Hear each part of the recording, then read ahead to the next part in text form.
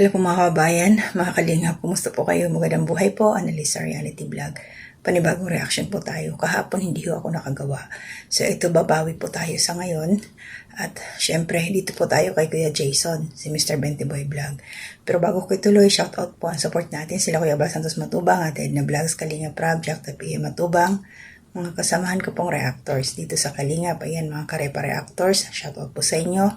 Support din po natin sila, Then, sa Team Bios, Team Strikers, Team Watchers, KOJR, shoutout po sa inyong lahat.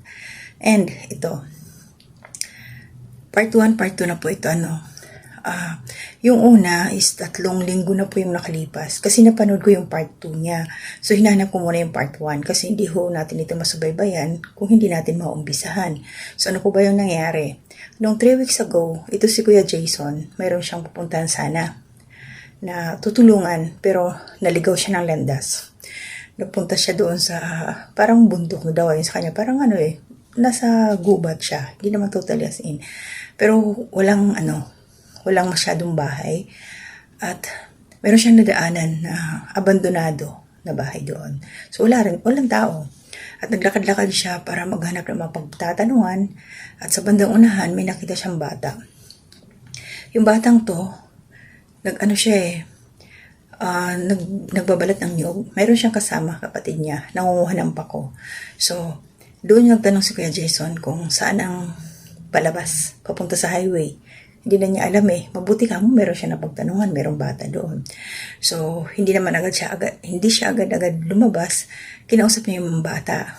Kumbaga, diretso na rin interview. So, napag-alaman ho dito sa part 1 na yung nagbabalat ng niyog is si Glaze Ann, yun ang panganay. And then yung isa, nanguha ng pako, si Glyza. Ayun. So, estudyante pala itong mga to, ng mga bata. Grade 10 at saka grade 7. Grabe yung grabe yung nila mga kalingap, yung sitwasyon ng mga batang to. Malayo daw yung linalakad nila papasok ng school. Minsan ang baon nila, 30 pesos. Pag sasakay, may natitirang 10 piso. Maghapon ang klase, binabili na lang daw nila ng palamig para pantawid gutom. Wala na silang tanghalian. Alam niyo naalala ko din yung ganitong sitwasyon kasi ako nakaranas din ako nung high school. Naglalakad kami 2.5 kilometers kasi nasa barrio kami. Ang high school nandun sa bayan. So ganun po kalayo, umaga at hapon, nilalakad ho namin yun. Alis kami doon ng, dapat wala pang 6:00, nakapaglakad na kami kasi ang umpisa ng klase, bago mag-7, dapat nasa flag ceremony na makakapag-attend. At 2 ilog po yung tinatawid namin. Kaya, ko dito sa mga bata, naawa ako sa kanila na, syempre yung ganong sitwasyon na maglalakad ka, tapos walang baon. Di balik kasi kami noon, may baon kami. Kanin lang, at saka yung bulad, binabalot namin sa dahon ng saging. Yun ang aming, marami yung magkakaklase na naglalakad noon. So, itong mga batang tong dalawa, as in, minsan, wala daw silang tanghalian. Diba? So, na rin, ang tawag dito, niloob na rin ng Panginoon na maligaw si Kuya Jason doon sa lugar na yon at makita niya yung mga batang to. So, bagong lahat Kuya Jason, nakalimutan ko. Maraming salamat po. Mayroon pa akong clip na kinuha dito sa part 1 lang. Ilalagay ko na lang po sa last part mga kalinga para mayroon kayong idea kung sino ba yung mga batang to. At yung part 2 po, nandyan na rin sa aking thumbnail, inilagay ko na para mas madali nyo po silang mahanap doon sa channel ni Mr. Bentiboy Vlog. Suportahan po natin to kasi dito po sa part 2, bigyan ko lang po ng slide lang. Hindi ko na ikikwento lahat para meron kayong suspense. Basta, pinunta to ni Kuya Jason, paalis na nga dapat siya doon sa part 2, pero nakita niya na parating na yung mga bata. So, mayroon kasing nag-share ng blessing. Inabutan ito. Hinatid niya yung pera doon, in short. So, hindi na nabanggit yung amount. At, ayun, nabasa ko sa comment section, hindi ko na screenshot, pasensya na, pero kung titingnan niyo po sa part 2, may doon comment na, sana daw, Kuya Jason daw na, pasyalan nyo din yung bahay ng mga bata para makilala din yung mga magulang. Makita din ang sitwasyon ng buhay nila. Kasi yung tatay is pa extra lang. Parang siguro panday-panday kung ano-ano lang. Ang nanay walang trabaho, nasa bahay lang daw. At yung abandonadong bahay pala na yun, dati nilang bahay. Pero pinaalis na daw sila ng may-ari ng lupa. Sayang nga, maganda nga yung bahay, malaki siya. Sayang. Parang ako yung naano sabi ko kung halimbawa ako lang may-ari, hindi ko na paalisin kasi katulad niyan. Wala naman nangyari, hindi naman tinirahan. Nasira lang yung bahay, nabulok lang sa bagay. Hindi na iba kasi yung tao. So yun lang yung sa akin, suportahan po natin si Kuya Jason. Kasi nabanggit niya rin dito sa part 1 na gusto niyang ilapit kay Kalinga Prab itong dalawang bata na para sana nga daw matulungan lang kahit sa pag-aaral. Kasi yung isa dito yung panganay, pagkatapos daw niya ng grade 10, magtatrabaho na lang siya. Bata pa, anong trabaho ang makukuha ng ganung bata? Grade 10, kumbaga sa atin, ano pa lang yun high school grad kasi diba may 11 and 12 pa. So, hindi pa nararapat para magtrabaho. Sana nga may makatulong sa mga batang to. Kahit yung sa allowance lang nila sa pag-aaral. Pagkain, pag pumapasok. Kasi mahirap yung gutom.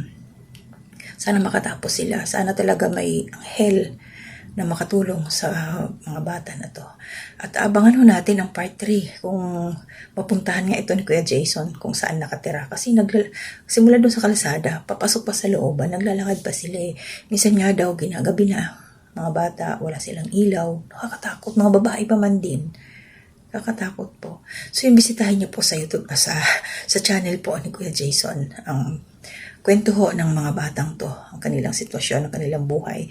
At napakaswerte ho yung mga kabataan ngayon na may mga magulang na nagsisikap, sinusuportahan ng kanilang pangangailangan. Tapos yung iba, grabe, nandun lang sa computeran, naglalakwat-lakwat parang hindi pinahalagan yung pag-aaral. Samantalang itong mga ito, na nagsisikap, grabe ang sakripisyo ng paglalakad nila. Yeah. Sabagay, pag ganun nagsakripisyo ka, may mararating ka talaga. Basta tiyaga lang, sipag-sipag lang din. Naiyak nga yung panganay kasi nga, syempre, sa hirap talaga ng buhay nila, gusto niyang makatulong sa mga magulang nila. Tapos gusto rin niyang maging teacher, yung panganay. Then yung isa naman, gusto niya mag-aral ng nursing. Gusto niya maging nurse. So yun lang yung sa akin. Maraming salamat po. Tuloy-tuloy ho ang suporta natin dito sa Kalingap Tahanan. Lalo-lalo na itong mga nagcha-charity. Kailangan po nating tulungan. Ito si Kuya Jason.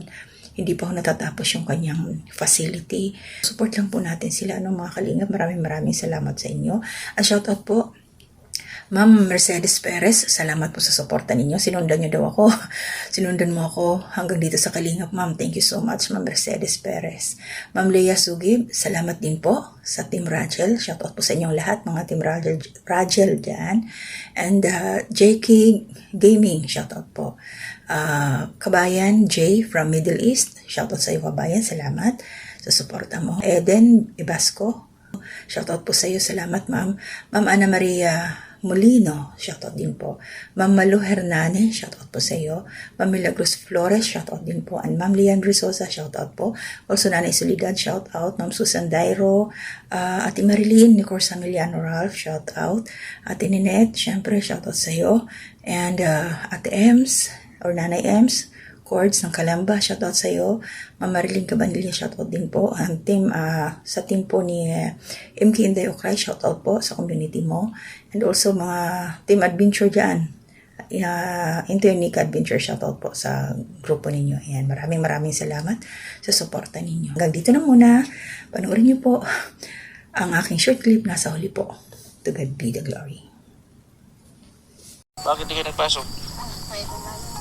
Walang baon? Di pag wala kayong baon, di ka napasok? Minsan po, pag nalagpukan po kung may quiz po. Pero hindi ka nahingi dun sa teacher mo. Hindi rin po. Kaya ma'am, hingi pong baon. Kakasan po. Nahiya kayo.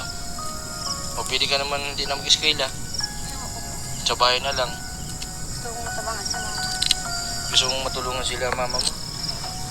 Ano bang pangarap mo? Ano?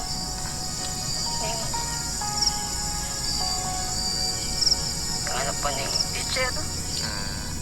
Gusto mong matulungan sila mama mo? Iyo po. Ba't nakikita mo yung paghihirap nila?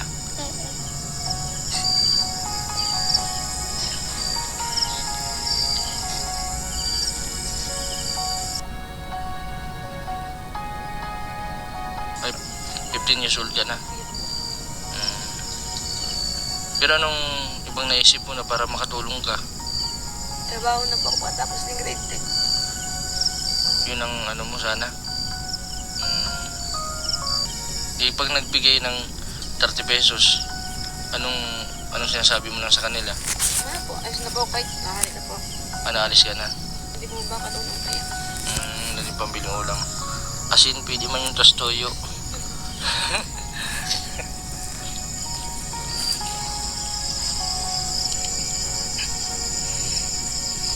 Binapaluan nyo ako. Huwag ka na malungkot. Nawa din po. Sikap lang kayo. Kung sa ano. Lahat naman nangyari sa atin dito may purpose. Pero ang importante, wala tayong ginagawang masama. Saka manalig lang tayo. At alam nyo ba, lahat ng dumasa ganito yung mayaman. Basta nasa tamang direksyon. Pag nalampasan nyo yung paghihirap, may kapalit yan na ginawa. Malay nyo maging Miss Philippines. Alam mo ang pangalan mo ni? Glaze po. Glaisa. Tapos ito ay si Glaze an. Pagkatatag lang kayo, mag-aaral kayo mabuti. Saglit may bibigyan sa inyo. Okay lang, bigyan ko yung 20. Alam na ito, kunting tulong ha. Pagpasinsan nyo muna ito. Ito, allowance ko ito sa pag-vlog. O, ano ko ito. Kung baka sa ano ay pinagkakasa ko ito sa mga tinutulungan ko. Pero nakita ko na mas kailangan nyo ito, kaya bibigay ko itong kahit kunting tulong malay mo. Sa sunod yumaman ako, di makatulong ako sa pag-eskwela nyo. Ano? Ito. 1 2 ito. Bali nito. Bali 5,000. Salamat po. Okay na yan? Sobra-sobra na po yan. Sobra na po yun. Basta magtyaga lang kayo, magsikap kayo sa pag-eskwela. Sana may tumulong sa inyong yung mababait na mga sponsor. Sana yung Dumcar, yung HC, makuha kayong angels.